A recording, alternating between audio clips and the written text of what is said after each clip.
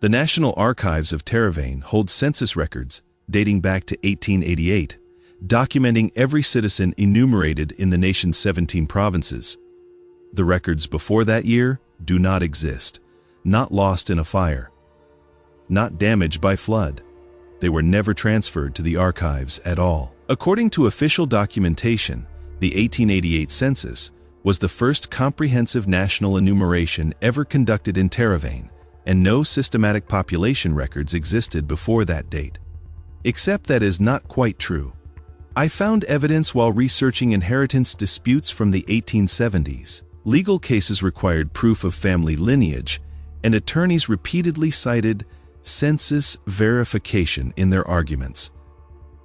Court records from 1874, 1876, and 1881 reference census data used to establish residency, age, and family relationships. The records describe census enumerators, household schedules, and provincial compilation reports. These weren't vague references.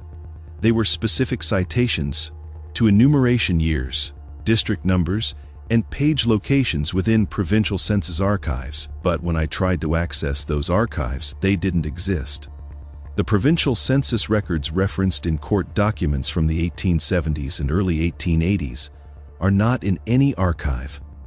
No municipal storage, no historical society collection, no government repository. The documents that multiple legal cases relied upon have no physical trace. The official explanation appears in administrative histories of Terravane statistical bureaus.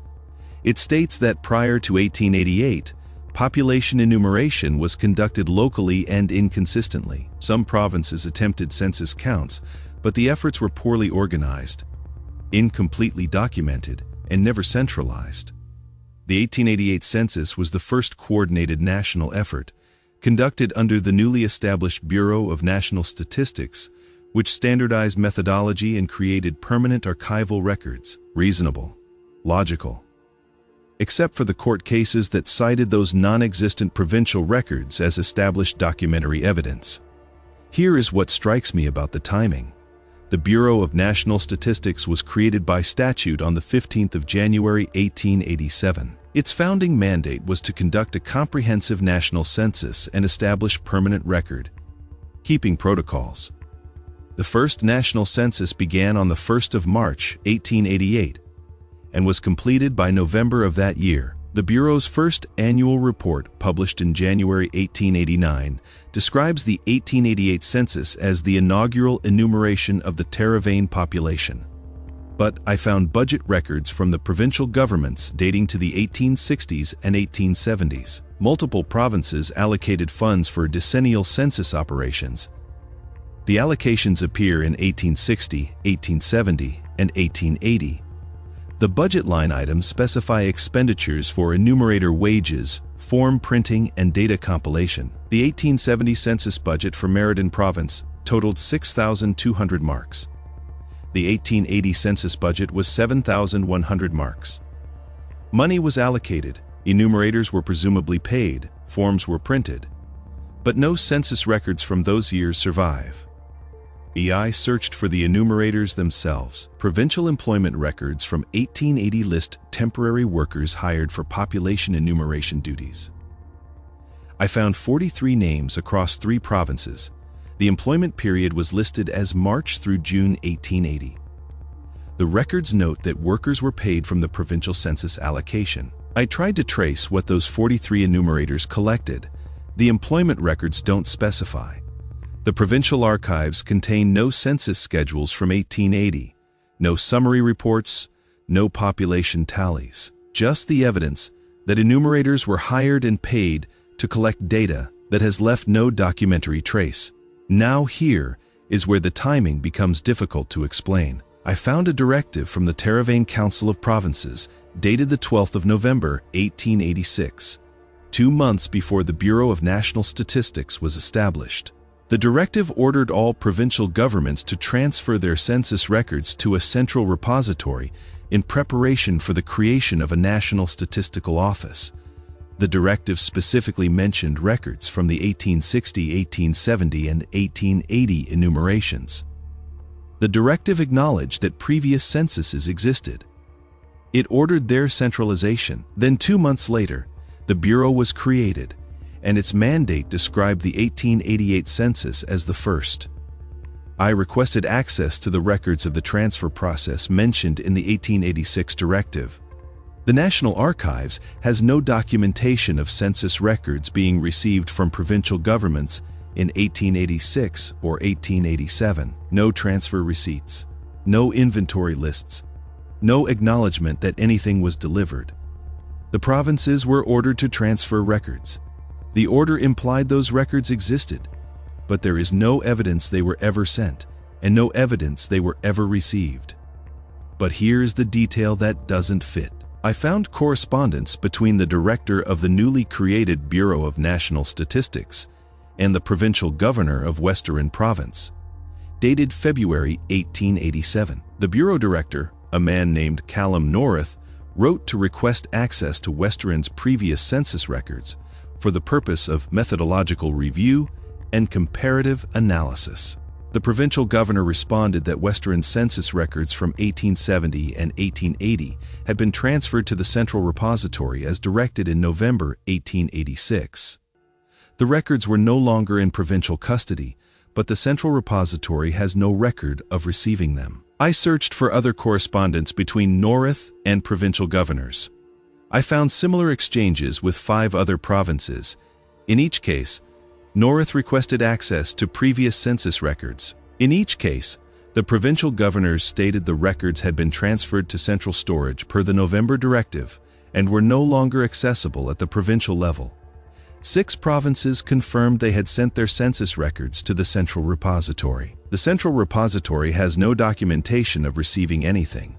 I tried to find Callum North's personal papers. He served as director of the Bureau of National Statistics from 1887 until his death in 1903. His professional correspondence should be in the Bureau's archives. I found letters he wrote about budget requests, staffing decisions, and methodological debates, but I found no further correspondence about the pre-1888 census records after the exchanges in early 1887. He asked about them, the provinces said they'd been transferred. Then he apparently never mentioned them again. Here is what bothers me most. I found the 1888 census enumeration instructions distributed to field workers.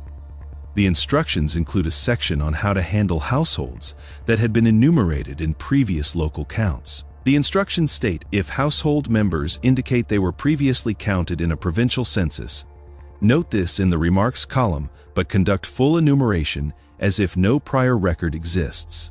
The instructions acknowledged that previous censuses had occurred. They directed enumerators to note when households had been previously counted. But the enumeration was to proceed as though those prior counts were irrelevant.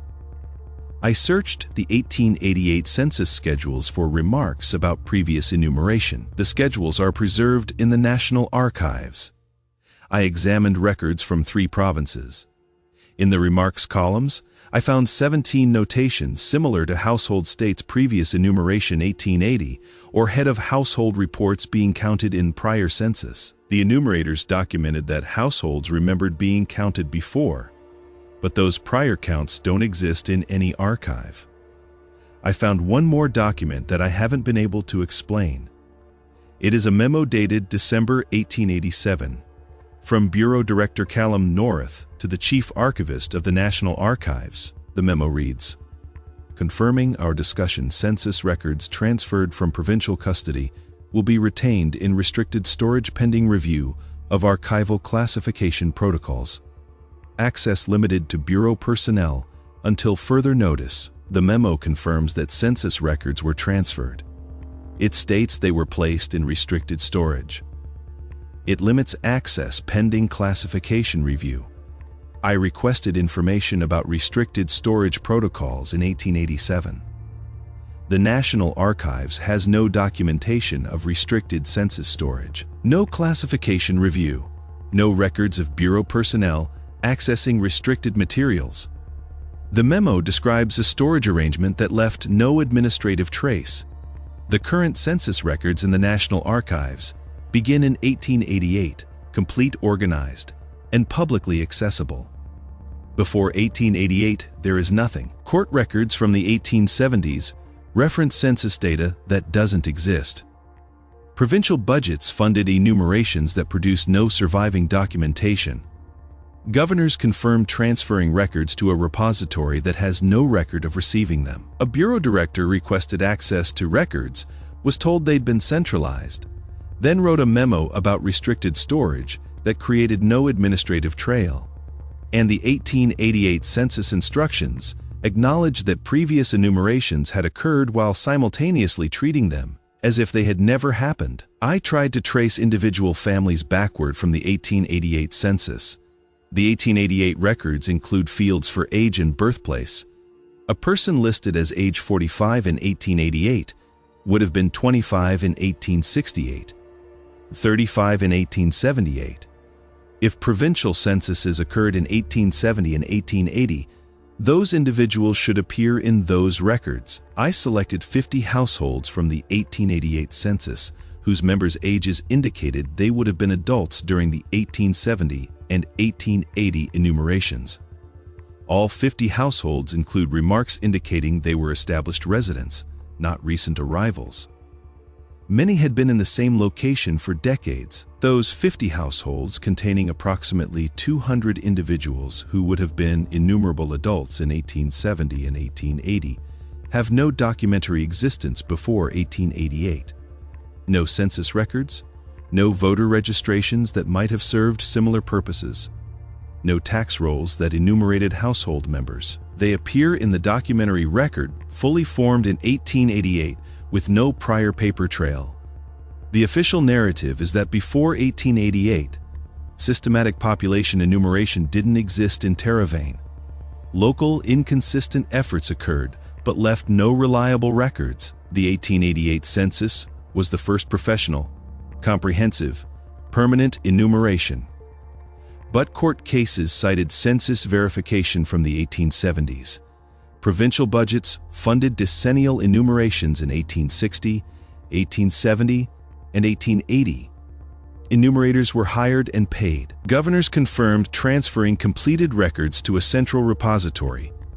A bureau director wrote about restricted storage, and the 1888 census instructions told enumerators how to handle households that had been previously counted. The records existed. Evidence points to their collection, their transfer, their centralization. Then they vanished, not through fire or flood or administrative neglect, through something more deliberate. Something that left a memo about restricted storage, but no restricted storage documentation. Something that prompted census instructions to acknowledge prior counts while treating them as irrelevant. Your ancestors who lived in Terravane before 1888 were almost certainly counted in provincial censuses. The censuses happened. The budgets prove it. The enumerators were paid. The governors confirmed the records existed. Those records are gone, not lost, gone. And the National Archives insists they never existed in the first place. The 1888 census schedules sit in climate, controlled storage, documenting everyone enumerated that year. Complete, permanent. The foundation of all genealogical research in Terravane. Before 1888, there is only absence, funded, confirmed, referenced, documented absence, waiting for someone to explain where the names went.